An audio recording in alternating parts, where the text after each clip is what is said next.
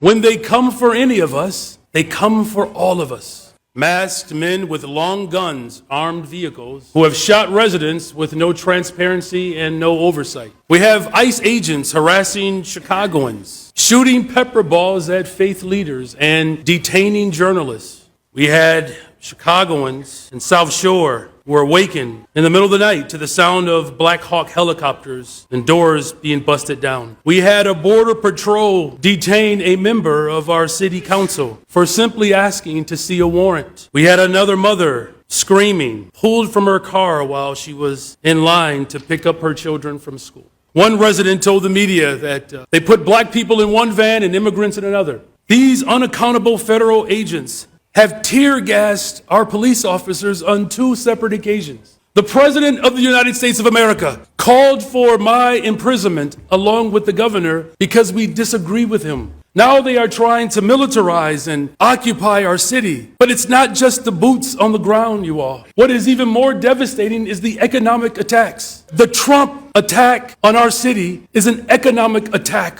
on our city. The harsh reality is we're dealing with the Trump cuts. The Trump cuts to public health, the cuts to public safety, to Medicaid, to SNAP, to services that address homelessness and drug addiction.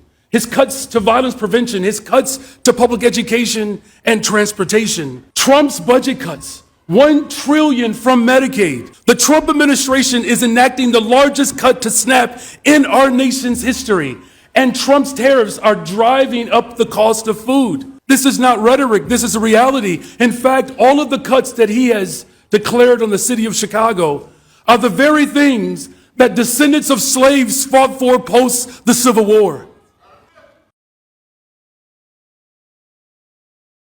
They stole billions from our public transportation system and our public education system because they're saying that it benefits Black Chicago. We have never violated the law or discriminated against anyone. But let me also be very clear. There is nothing wrong with making sure that the communities that have been historically excluded from city contracts have a fair shot at participating in the wealth of this city today. This is not discrimination. This is just basic fairness and justice. So we will use our investments in our Department of Law to fight until every federal dollar that has been illegally stolen from Chicago by the Trump administration is returned in full.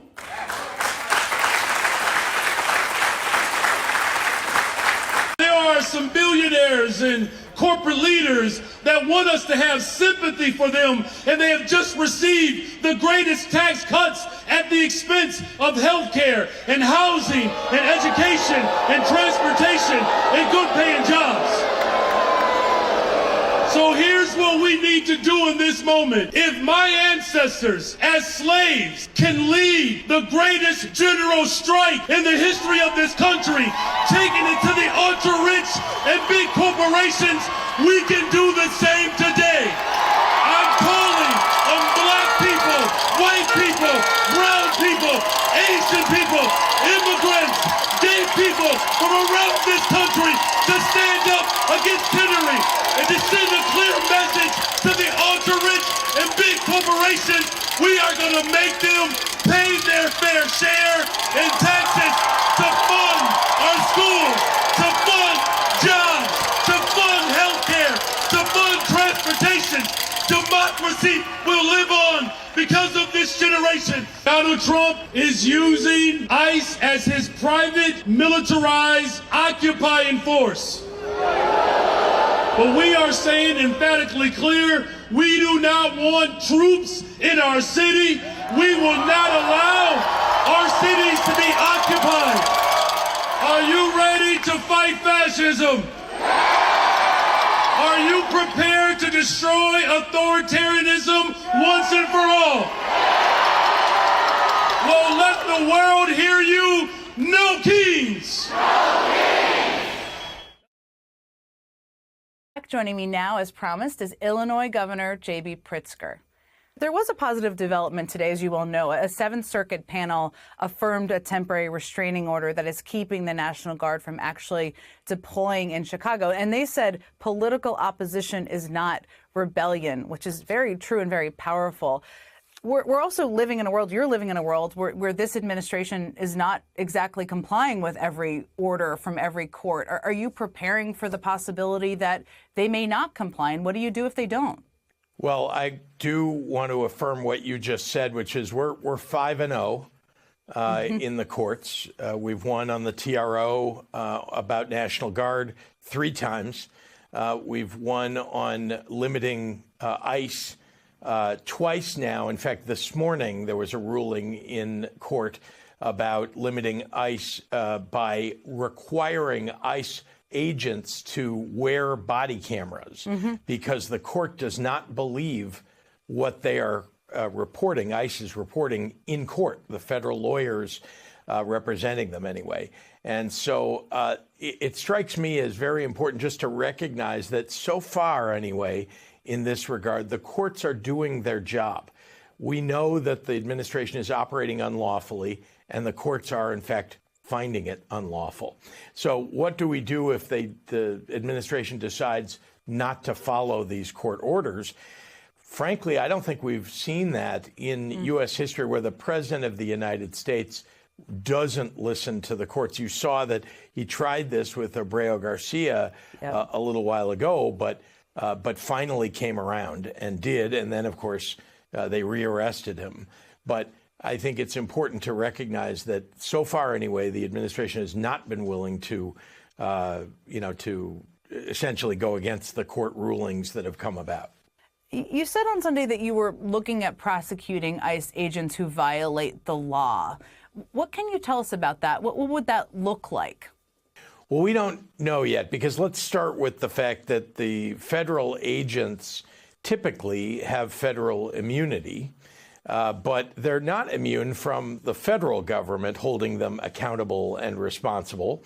And so typically there are inspectors general, there are senior officials at agencies like ICE and CBP typically that will suspend somebody who's been accused or found to have broken the law. And as they suspend them, investigate it and then determine whether that person should be punished criminally or otherwise. The problem now, of course, is that Donald Trump has fired many of the inspectors general, or he's replaced them with political appointees. And so we don't know that anybody would be held accountable at the federal level. So we're looking at all of the options at the local level with county states attorneys, with attorneys general, to go after people when they're breaking Illinois law, when they're breaking local law. And we think that they have. You know, when they're driving through an area, someone's yelling at them and they decide to simply throw a tear gas canister out of the car as they're driving through at someone who's on the side of the road. That, it seems to me, is a violation of Illinois law.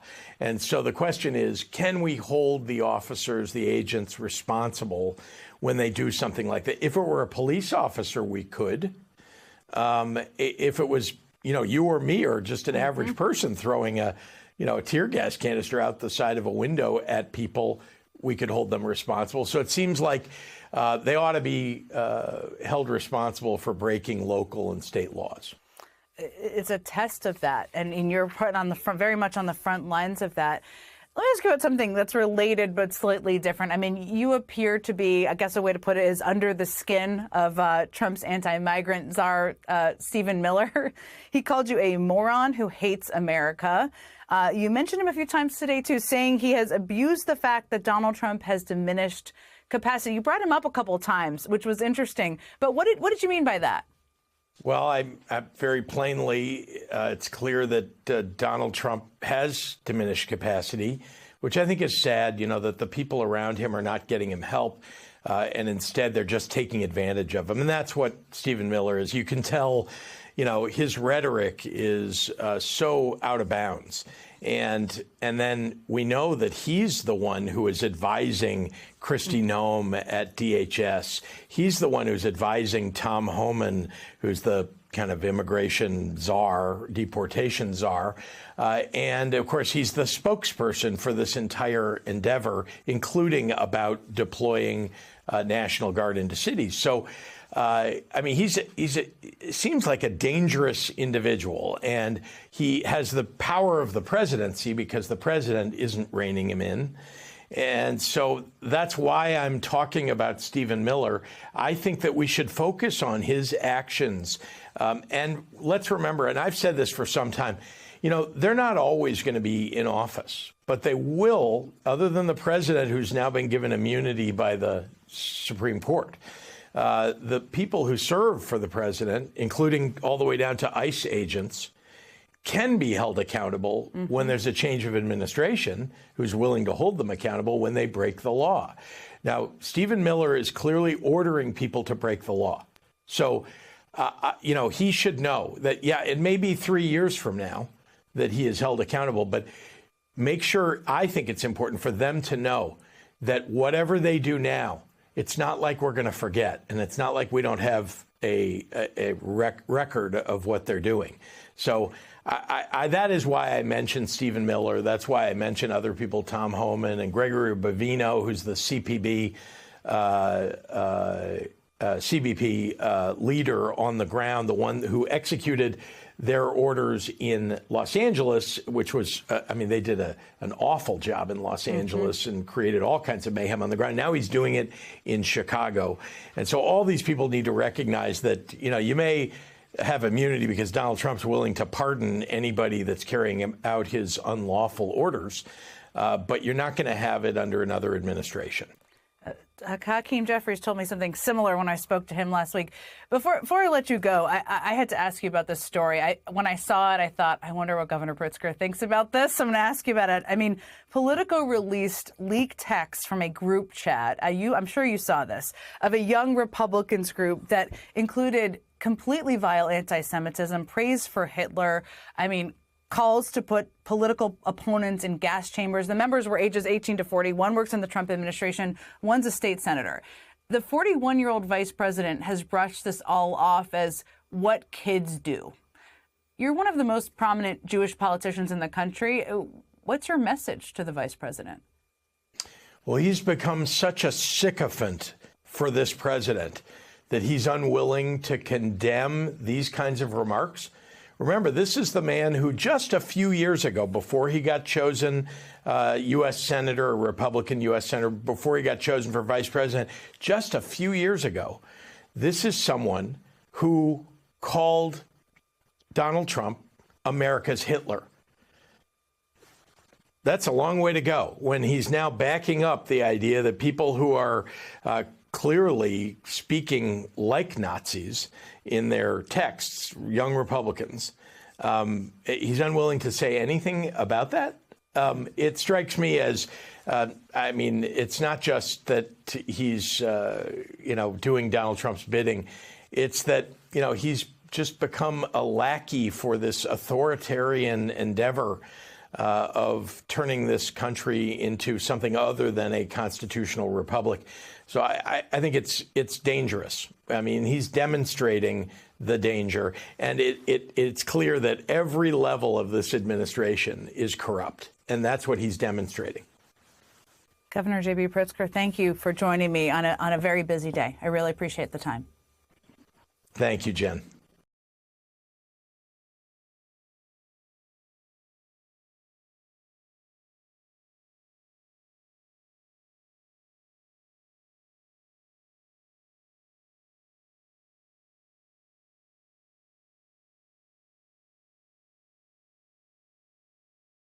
Joining us now is the mayor of Chicago, Brandon Johnson. Mayor Johnson, great to see you again. Thank you for coming to The Last Word.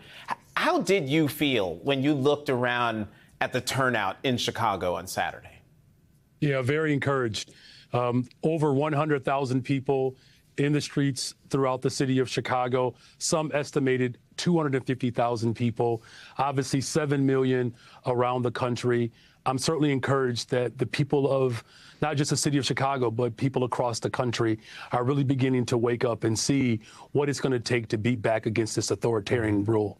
Do you worry, Mayor, your speech at Saturday's No Kings rally will further put you and your city, the city of Chicago, in the crosshairs of the Trump administration? Well, look, we're already in the mix, right? You know, the president of the United States of America declared war on the city of Chicago. And in fact, he's declared war on working people across this country. And in order for us to beat back this tyranny, it's going to take all of us to be organized and to be clear about our demands, making sure that our schools are funded, healthcare is fully funded, transportation, good paying jobs. These are the things that the people of this country desperately need, particularly at a time in which the ultra-rich continue to get richer under this administration. At Saturday's rally, Mayor, you called for a general strike. I want to play some of what you said. If my ancestors as slaves can lead the greatest general strike in the history of this country, taking it to the ultra-rich and big corporations, we can do the same today. We are going to make them pay their fair share in taxes to fund our schools, to fund jobs, to fund health care, to fund transportations. Democracy will live on because of this generation. Are you ready to take it to the courts and to the streets? What would a successful strike look like to you? Well, first of all, if there was ever a time for working people to unite across our country, this is that time. You know, I'm reminded of the words of Dr. King when he said that if the labor rights movement and the civil rights movement were to ever collide, what enormous potential we would have. And we're in the midst of that right now. What it means is that working people across this country have to send a real strong message to the ultra-rich and to these large corporations who have received, you know, one of the greatest tax cuts and benefits than any other time in the history of our country. And if we're not willing to put forth some real economic demands, if that means, of course, withholding our labor, if we're not prepared to do that, then I don't see how we can transform this country. Every single major social movement throughout our history had a full strategy, whether it was litigation, the courts, and also economic boycott, particularly at a time in which the concentration of wealth continues to grow while more and more people continue to barely have the ends meeting at the end of each week and at the end of each month. Yeah, I'm sitting here thinking about the Montgomery bus boycott. One more question for you, Mayor Johnson. You filed another lawsuit against the Trump administration, this time because Trump has threatened to withhold tens of millions of dollars in critical federal grants for disaster relief. What message do you hope the lawsuit sends to other cities facing those same challenges? Look, we have to band together to fight back. In the courts, that's still one place where I believe that there is some check on this administration. And when we filed this lawsuit, there were 8 other cities that joined us, just like there are cities across this country that are now creating ice-free zones, right? And so what we're doing is simply leading the only way Chicago knows how. Being on the front lines is something that we're very accustomed to, and it's going to take all of us to ensure that we dismantle tyranny in this country, save our democracy, and protect humanity. Chicago Mayor Brandon Johnson, thank you very much for coming to The Last Word. Thank you.